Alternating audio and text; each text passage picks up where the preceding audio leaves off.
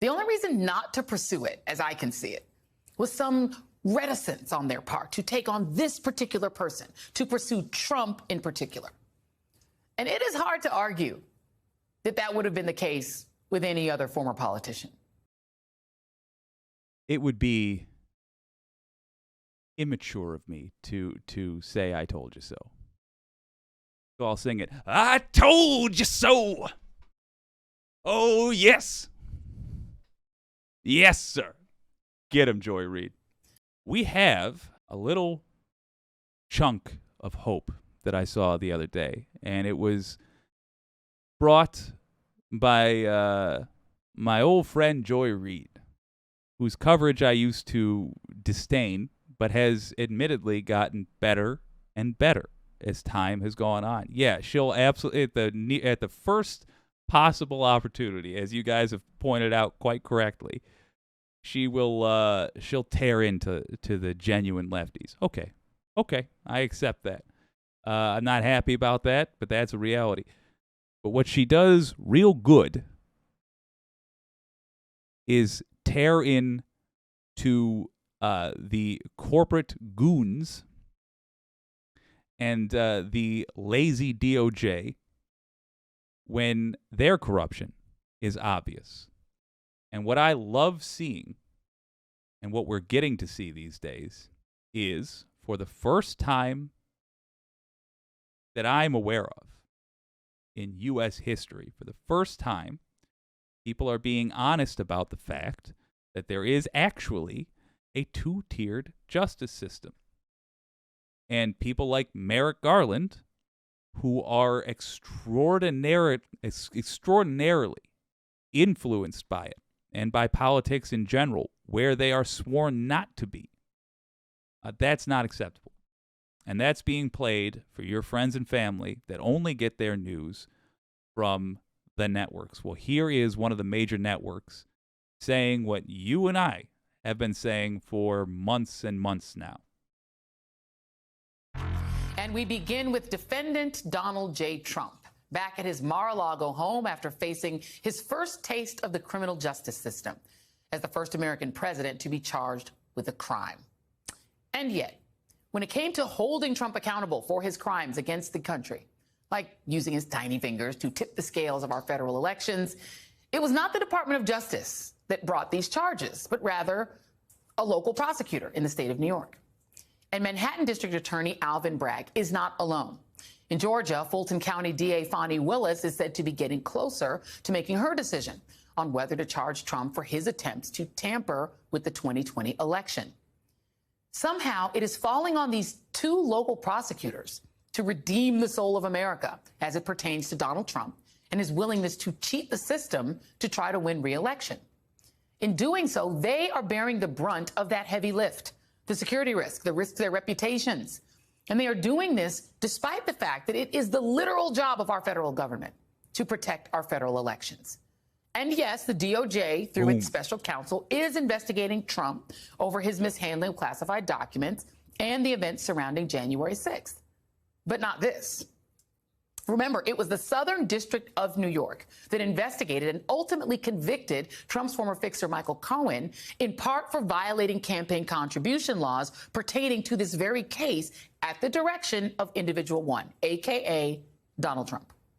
It is not surprising that former Manhattan DA Cy Vance said over the weekend that it was Trump's Department of Justice under Attorney General William Barr that asked his office to stand down in its investigation of.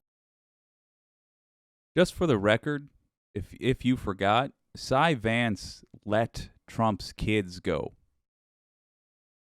for a separate crime involving real estate fraud. I'm not a fan of Cy Vance, even though I've been hearing some awfully favorable coverage of him. But to be fair, because he is not currently in office, I haven't looked as closely at Cy Vance as some of the other cats that are currently relevant. But I just want to make it clear, this guy, he's old school in the worst ways, which is bending over backwards to not embarrass. To not embarrass, not cause a scene for the rich. but poor people. The hush money payments at that time. But why is it that when Attorney General Merrick Garland took the reins at the DOJ, that the SDNY didn't continue its investigation? Thank you. It speaks to how political the DOJ has become. And when I say political, I do not mean that in a partisan sense, but rather in a sense that they do seem to be acting with the political risks in mind. Because there really was no reason for the Southern District of New York to not pursue this case. Trump was out of office. Boom. He was not a candidate, just a U.S. Boom. citizen like you or me.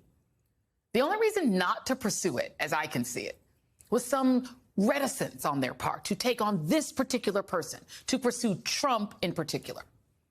And it is hard to argue that that would have been the case with any other former politician. It would be immature of me to say I told you so. So I'll sing it. I told you so. Oh, yes. Yes, sir. Get him, Joy Reid. And that brings us to where we are today, where it has been left to local prosecutors to pick up the pieces of the case, doing what the DOJ and the SDNY should have done from the start. Boom. Joining me now is Andrew Weissman, MSNBC legal analyst, former FBI general counsel, and former senior member of the Mueller probe. Andrew, it is so great to see you in person. Yes. So, last night, when we were on our big set and we were all together talking about this case, you know, my good friend Lawrence O'Donnell, the brilliant Lawrence O'Donnell, he brought up a possibility of one reason why the DOJ let it go. And it was that Michael Cohen had refused to do a full proffer of everything he'd ever done in his life, which would be the normal course. Give us all your potential crimes. So he presented that to Michael Cohen's attorney, Lanny Davis. And let me play you Lanny Davis's answer last night on The Last Word. Let me just dive on in before we hear whatever reasonable sounding thing Lanny Davis has to say.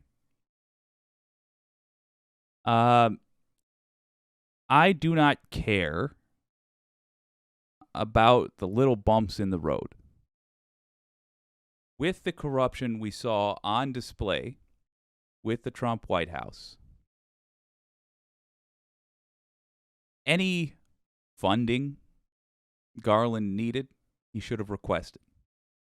If he needed an army of FBI guys interviewing, you know, if he had to divide America into two groups, one group that works for the FBI now, and one group who is getting interviewed by the other group, then that's what we had to do.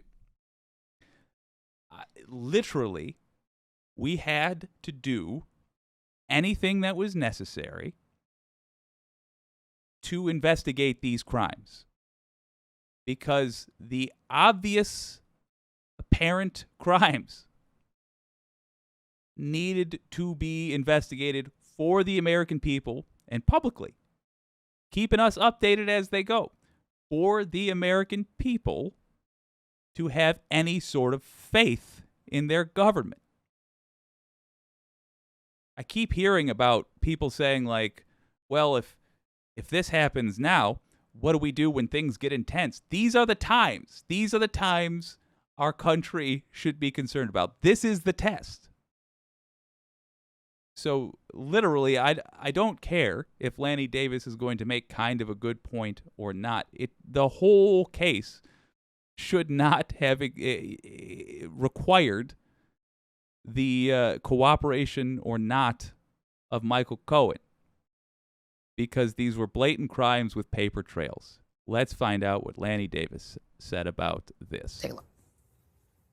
Why did Merrick Garland, is what you're asking me, not proceed? Well, something called January 6th occurred, the inauguration occurred, and Merrick Garland probably made a practical judgment, not necessarily one that I would applaud, not to look back and prosecute Donald Trump, who had just left office. Probably he made the judgment, we have better things to do, but that's the second guess that we all can make about Merrick Garland. Does that track to you? No, it doesn't track. First, I think it's a really important and terrific topic. Everyone knows what happened with Barr. That's easy. You know that you want to talk about politicization. He's just like, you know what, this is my guy, hands off. Just killed the case. I think I want to give one benefit, though, even though it is totally unfair that the states are sort of carrying this burden, as you said, which is if there were to be a Republican president again, these state charges in Georgia and in Manhattan, they stick because a federal pardon cannot affect them. So that's a good one. Even though that doesn't really. Thank you, Joy. It was a great point. When we made it months ago, ooh, baby. Yes, it makes Trump immune from a pardon that Biden it's certainly Biden of 2020. I'm not sure that Biden still feels this way, but Biden would have just been salivating to be able to give. It's a recent phenomenon that people are just criticizing the Nixon pardon. I did not used to hear that in regular discourse. It would be a thing that the crunchiest, leftiest professor would occasionally grumble about at the tail end of a conversation. Now it is, in some cases, the focus of conversation on here. What a disgrace the Nixon pardon was. And now we're seeing folks like Mehdi Hassan talking about the fact that, hey, Bush did some terrible things. In fact, some, crime, and we should treat it as such. Good. Let's just keep it going, because they're saying what I've been desperate for people to be saying on a major network for years. Baby, it's here. Totally address your issue, which is why was there dereliction of duty? But I'm just saying there's this unintended benefit, which is that if the states are going forward and you have Georgia and New York, they will actually stay. Yeah. But that doesn't really, I can't imagine that was the thinking of Merrick Garland, which is we're not going to do this because I want to sort of have the state piece of this. The reason I don't think that it totally tracks is if you look at the Department of Justice and what they were doing on the January 6th case before the actual January 6th committee hearings, there was very little movement in terms of looking at the White House. There was a ton of action with respect to the people who actually attacked the Capitol. Mm-hmm. But if you look at what Merrick Garland was doing, it's not like that Lanny Davis's point is, oh, well, he was busy looking at the White House in connection with January 6th, so there's only so much they can do. Yeah. They just, first of all, it's a very large department. They can actually do both. Multiple things, yeah. And isn't that a crazy idea? Isn't that crazy idea? To actually suggest that there is nothing stopping you from running both investigations. Isn't that wild? Good Lord. Been watching the networks talking about this kind of thing for now decades. And just wondering, am I crazy? Am I actually a madman? What don't I understand? So often I talk about intelligence and, not feeling like you're dumb. Because I spent, and I see other folks going through the same thing, years thinking I must be missing something. Because to me, it seems like if it looks like somebody did multiple crimes, you ought to have the resources in place that you can investigate both and not say, well, we only have one guy and he can only work for 2 hours a week investigating any given crime. That's wild. Yes. My God, yes. If you feel a chill right now, that's because the Overton window has opened up and justice is breezing on in. Wireless Mike says, personally, I'm glad that it's being done by the state because it's out of bounds for a presidential pardon. Correct. All right, well, let's let this keep going. They really weren't pursuing Donald Trump in any form until they were sort of, in my view, sort of embarrassed and given cover by the January 6th committee to say, like, what on God's green earth are you doing? And you had many people on the committee who were very angry. The people who were former prosecutors on that committee were all saying, what is happening? Because they'd never seen a situation where Congress was out ahead of the Department of Justice. So I think the best that can be said for Merrick Garland is he was thinking that it will look like we are politicizing the Department of Justice if we do this. Right. When your point, which I think is the right one, which is by not doing it, you are actually politicizing the DOJ because you're taking that into account. Yeah. And I think that the better course is to what we were told when I was trained as a young lawyer is, you know what, do the right thing, and that you'll know in your heart that's the right thing to do. And you know what, people on the left and the right and the middle might criticize you, but that's what comes with the job. And I remember when I was at the FBI, Director Mueller said, you are always going to be criticized, no matter what we're doing. So let's just stick to our guns and do the right thing. So I think it was probably the wrong judgment. I do think that Jack Smith now is where he needs to be. And is. God bless Jack Smith. I did want to read the follow-up to Wireless Mike, saying he's glad that it's being done by the state. Mars Falcon, amen. When folks say prosecuting Trump would be political, they ignore that not indicting for at least a dozen of the blatant crimes he has committed and often bragged about would also be political. Yes. Thank you. Good Lord. Why is it so... I take it back. I was going to say, why is it so difficult for media folks to get this? Because they are rich people surrounded by other rich people. And when they talk about this kind of things, they don't feel the injustice. It takes a lot more for them to feel it. Wicked Foxy Dragon says, yes, you are crazy, but not because of this. Just kidding.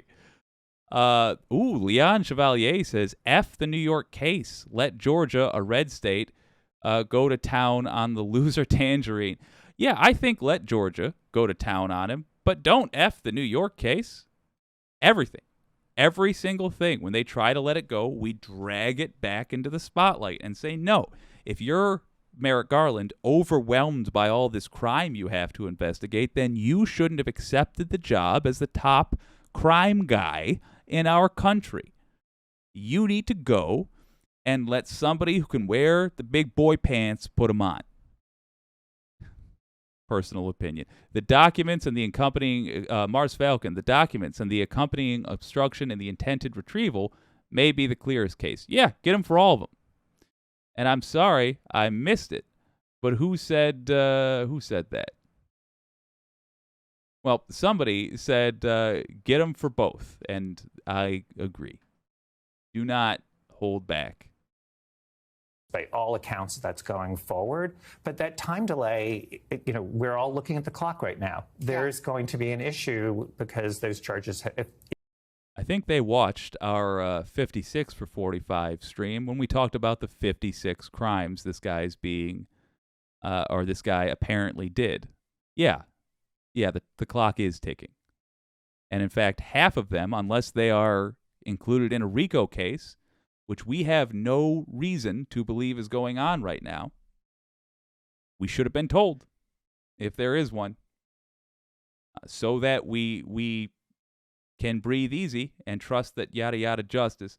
But look, unless there is a RICO case going on right now, about half of the crimes that Trump appears to have committed, he can't be prosecuted for any longer. If they are brought, it's not going to be for some time. That's right. And we're all going to be sitting there thinking, is there going to be a trial before the election, or is all of this going to be... Yeah, just real quick. We shouldn't have to worry about that. We shouldn't have to wonder. Boy, we're in a perfectly functioning country, so we're sitting here dealing with, the things a perfectly functioning country has to do. Will somebody that committed massive crimes, including tampering with elections, be punished before the next election? I hope so. Oh, boy, and I'm just glad things are working so well. Are we that dumb? We need to fundamentally change this. First, we need to deal with this punk. Next, we need to hold up the fact that this punk was such a problem and instill protections against this very behavior. We need a new bill of protections for Americans. And we are going to campaign for specific ones starting in 2024. Before then, we might even pick some and insist our representatives campaign on those to prevent this nonsense from ever happening again. Or not at the federal level, because these were brought too late. And I think even the appointment of Jack Smith, which to me felt like I need to put some distance, right? Like the DOJ itself, to me, as an outsider looking in, should have had within it the capability of doing this investigation without adding this layer in between. When you add the layer, that means Jack Smith had to get up to speed. I think it was overseas when he was first appointed. He was. And so you then have to have him get up to speed on the case. Then you start this investigation, which then delays it. And to your point, we are looking at the possibility that this state trial goes in January, right? As the Iowa caucuses are happening, right as New Hampshire is happening. And that in between now and then, Trump could have already been, in the E. Jean Carroll case. You could have witnesses on the stand for that. You could have the Georgia case coming. It's like, I feel almost as if Garland's DOJ has created a train wreck in trying to prevent politicization. Yeah, it'll remain to be seen. I'm not sure at the end of the day you could end up in a different situation. Just to play out a sort of a different hypothetical, is you could end up with 4 separate criminal cases, 2 at the state level, 2 at the federal level. Good. The Mar-a-Lago case, because it's relatively easy in the sense it's a narrow set of facts, that could actually jump forward quite quickly in terms of when there's an actual trial, and that could happen before an election. But I agree with you. If the issue is holding someone to account, you have somebody who, president who, while they're in office, the Department of Justice says you can't prosecute the person. Then they leave office. If the Department of Justice says, well, let's just look forward, not backward, you have a de facto system, which is the president is never going to be held to account. When the Mueller investigation, we had volume 2 was all about obstruction of justice. 11 counts. And I was sitting there thinking, well, if you never are going to vindicate that, why have a special counsel in the future? Yeah. Because you're basically going to say, you know what, they can obstruct while they're a president, and there's nothing you can do about it because you can't bring the case. And all you have to do is wait till you're no longer president, because then you're going to look forward. Yeah. So almost word for word what we talked about on this channel but a month ago. You remember when we did a little refresher on the Mueller report and we said, where's the investigation? That's what led in to that big old stream where two streams where we talked about all of the crime that has not been accounted for. Yes, that is the problem, and it has been made apparent. And again, don't let them say I don't give credit where it's due. I have thanked Trump for that. I'm going to thank Donald Trump again. Thank you, Donald Trump, for exposing how corrupt the United States is. Because this was true before as well. There were paper investigations, like Potemkin investigations into politicians. And that logic was always used. Oh, well, we can't indict while he's in office. Gets out of office. We want... Wait.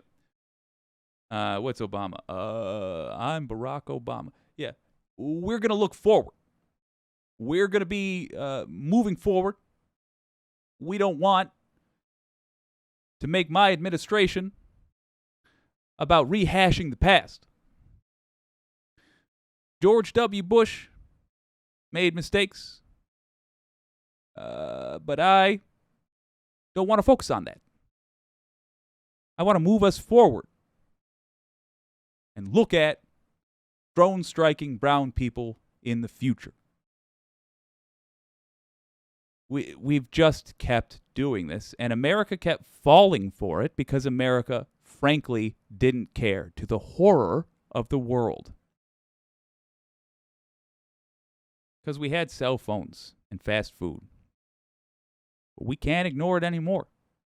And I'm delighted that the network media is finally covering this the way they ought to. I'm glad that your auntie, who only watches this, if she watches the news at all, is hearing this message. And I truly believe that future generations are going to look back at this time the way we look back at Soviet Russia before the fall of the Berlin Wall. That truly is what we're living in. Hasn't really felt like it. Hasn't been as intrusive to our lives as we imagined it must have been for those others. Those of us who were comfortable, anyway, didn't feel that.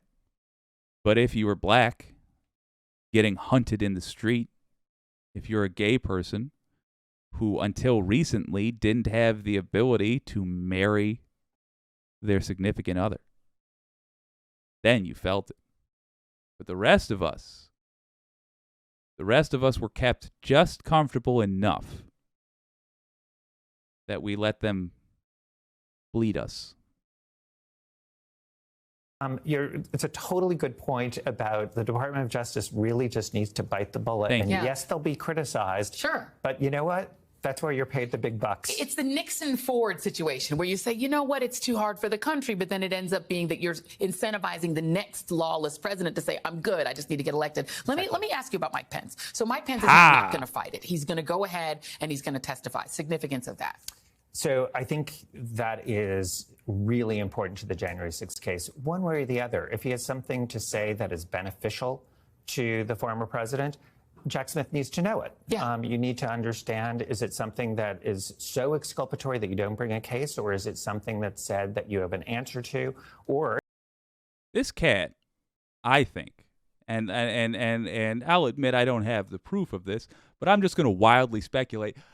This cat, what he did before he went on Joy Reid's show was he looked at my live stream and just wrote down everything we were saying yesterday in the comments and in the mic, and then he used that to go on Joy Reid's show. I'm pretty sure this aired simultaneously, but I choose to believe that anyway. Conversely, is it something that is inculpatory? Yeah. And it may be some of both, but it's something that obviously needs to be ironed out. And I also think one great thing that Jack Smith is doing, and again, this is sort of an unintended consequence of it going from Garland to Jack Smith, is he's not wishy-washy. He's not saying, come on in and let's do an interview, like come on set, we'll just chat. Right. This is, you're going in the grand jury and we're going to lock you in a forum where there is a transcript and you're under oath and you can't back out and wiggle. Yeah. There will be an actual transcript. And I think that is the way you have to do public corruption cases. Yeah. There's so many people who don't want to have that. They want to not be tied down, as you know, from interviewing people. So it is really important, and it's great to see that Jack Smith is treating all these people as the way they would treat anyone else, and not looking at, gee, because of your prior job, I'm going to treat you differently. Yeah. The novel approach, really. Isn't that a wild thing? Treat the leaders like you would treat anybody else. Huh. Well, that is an intriguing and interesting change of pace that we might consider trying. Look at some comments for a moment. Leon Chevalier, I feel for you, America. Thank you. Thank you. Truly, even going back to the Iraq War days, I'll tell you, folks from around the world chiming in and saying, you're not crazy. I do feel for you. I sympathize. You know, just showing love like that, man, it's hugely helpful.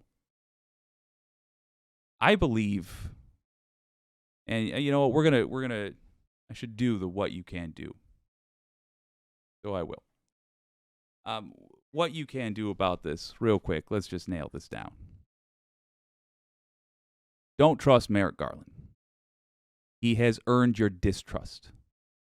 Maybe he secretly got a detailed prosecution plan. If that's the case, and if we're looking at this in the future, and we look back, maybe we'll be able to say, and this whole time he was doing one grand case which encompassed all of it.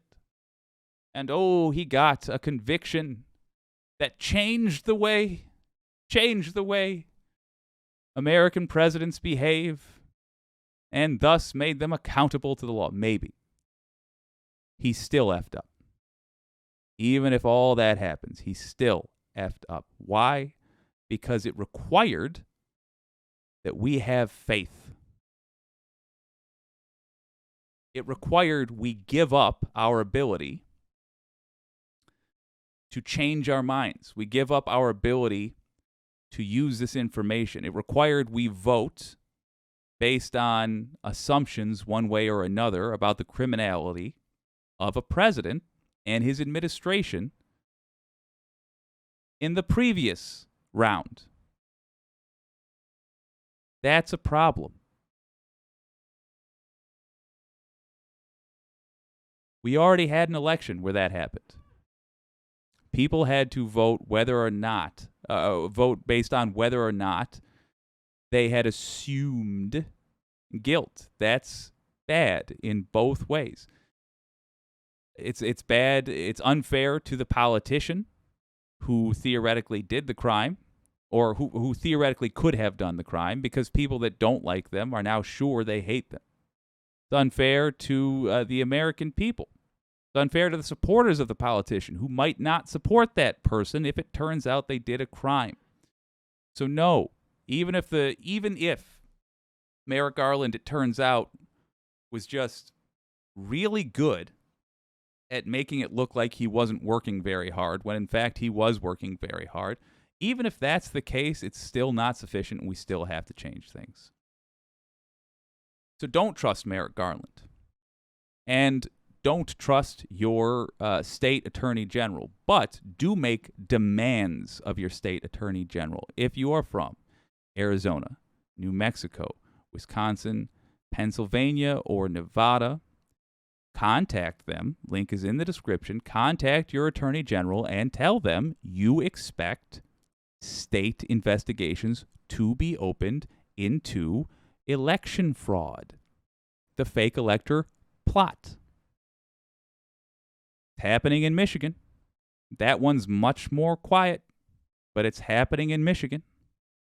It's happening in Georgia. In Michigan, right now, let me give you a little update on that. In Michigan, the fake electors are saying, "Oh, we didn't sign the bad document, or we didn't send the document, we just signed it." They're saying they didn't know what it was going to be used for. This is going to happen in all the state level investigations as they go. And those people are going to point to someone from the White House who told them to sign the document. By the way, these documents all looked very similar. Who drew them up? Who distributed them? These are documents designed to defraud the American people. They are the fake certificates of the electors, even though these people in those 5 states were not the state's electors. They were just con artists pretending to be. Merrick Garland is not going to go after those people. And he's certainly not going to make the effort to get all of them. As I'm fond of saying, he couldn't handle a shot of strawberry schnapps. He certainly can't handle an investigation in 5, count them 1, 2, 3, 4, 5 states. You can't. So get your attorney general on this. And those fake electors, they are going to point to the people in the White House who gave them the documents, who gave them the instructions, who told them what to do. That's going to include Eastman. That's going to include Giuliani. And that is almost certainly going to include Donald John Trump. Get him.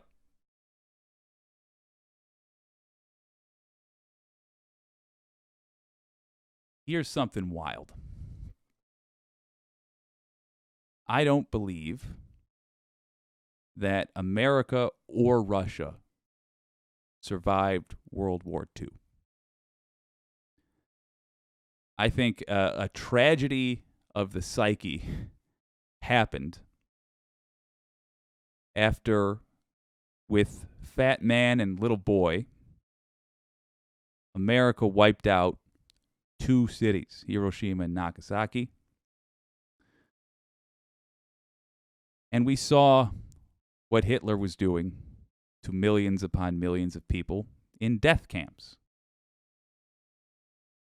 I think the people of that time experienced the death of innocence. I think we realized 2 things that terrified us, and I think the whole world, frankly, had this same revelation, just America and the Soviets handled it worse. We realized that we are nothing but intelligent beasts, and that we do beast things sometimes. Just like it's a fact of life. Sometimes evil lions eat the cubs of their now deceased rivals. Just like that happens. Sometimes a human, which is nothing but a mostly hairless ape, sometimes a human will just murder with the power of industry millions. Humans are capable of heartlessly making that decision, and we also realized that we have the ability to kill the world. And I think that just broke us.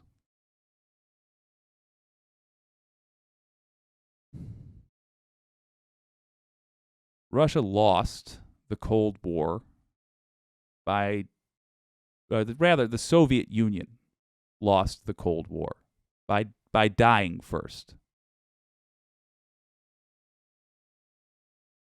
And America just took longer. It's like in a movie, Kurosawa flick, where they've had the fatal blow dealt to them. They just have 2-3 more steps they have to take before falling over. And the old America has to die because it was sick. And we have to rebuild this thing. I don't think we got to rewrite the Constitution. No, we just have to do this wild thing that we've never done before, which is, insist that the laws apply equally to everybody. That's the great change. And that's the real death of the old America that has to happen.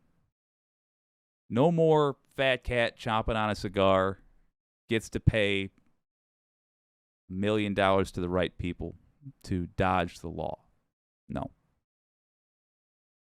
We have to get serious about how we run the country. That includes dealing with these school massacres.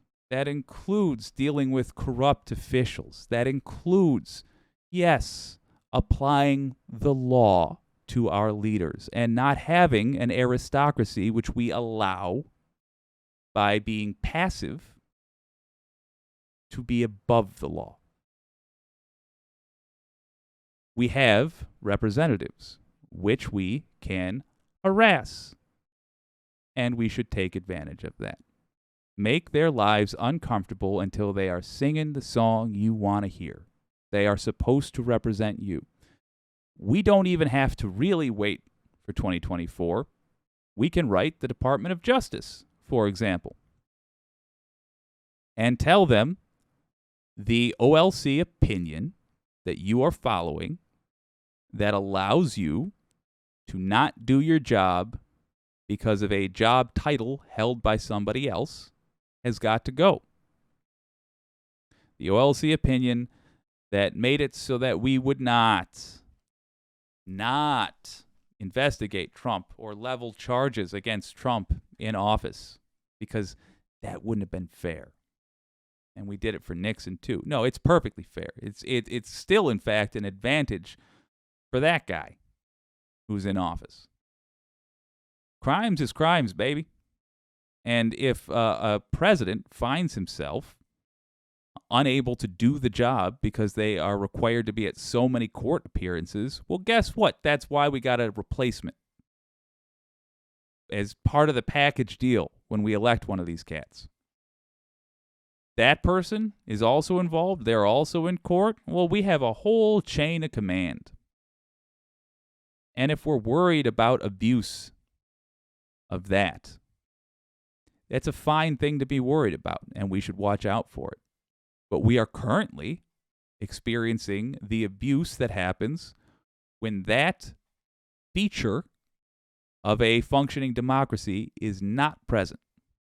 The ability to hold our leaders accountable.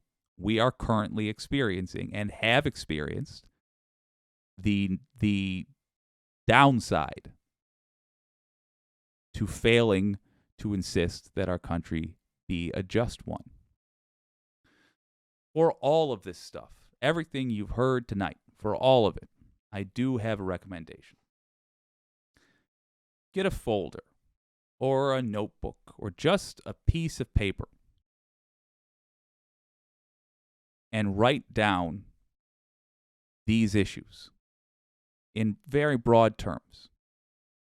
Let me tell you what I used to do before I'd quit a job, because I'm a millennial, aka somebody eyeballing 40 who lived in the gig economy his whole damn life. There would always come a time when I'd say, all right, I got to go for this reason or that. And I would often remember old jobs fondly and wonder, why the hell did I ever leave? And it wouldn't be until a smell hit my nostrils or a sound hit my ears that it brought back a memory, and I'd say, that's right, that's why I left. That was a living hell. So I started doing something. Like a week before I'd quit, while I was really thinking about if I was going to quit and move on to something else, I'd start writing down the little things that I knew I'd forget later that had just annoyed me. Coworker chewing with their mouth open. Be like, all right, if I leave here, I will never again have to see goddamn Rick doing this thing or that thing. Started writing when I went into my pocket, or when I put the debit card in the machine, and it would reject the sale, and I'd have to go back and put some of my groceries back. Write that down. Be like, this is why I'm quitting. Write that down for 2024. This is why we need to get rid of Republicans. For every issue talked about today, Republicans stand in the way of progress. Republicans, it so happens, are also the cause of the individual problems here. But the truly important thing to understand is that if we want to fix this, they have to have no power. Any power we allow Republicans to have will be used to stop us from fixing this. They will stop us entirely if they can. They will slow it down and make it the next generation's problem, more likely. Write these down. It can be one sentence each. It can be a couple of words each. But write this stuff down. You will find that it really helps you in a couple of months when somebody asks you who you're going to vote for. Out of the blue, you get asked that. Why are you going to vote? What do you care about? What are your issues? When you get asked by somebody new to politics, perhaps, or somebody considering switching, you'll be able to refer to that list. You want to know, feeling kind of tired, you want to know, should I volunteer my time over this weekend? First of all, I think it gives you energy. It doesn't take energy. It gives you energy to fight this stuff. To suddenly not merely endure, but combat it. That gives you energy. But if you're looking for a little boost to get yourself signed up for one of these causes, read the list that you wrote yourself about why you want a change in 2024. In 2024, we need a blue House, bright blue, a bright blue Senate, and somebody in the White House who can be pushed towards a democratic United States. We've got that in Joe Biden. A second-term Joe Biden, a man who's looking to make a legacy, absolutely. It's going to be a lot easier to push that guy. And by giving him a bright blue House and Senate, we also eliminate excuses.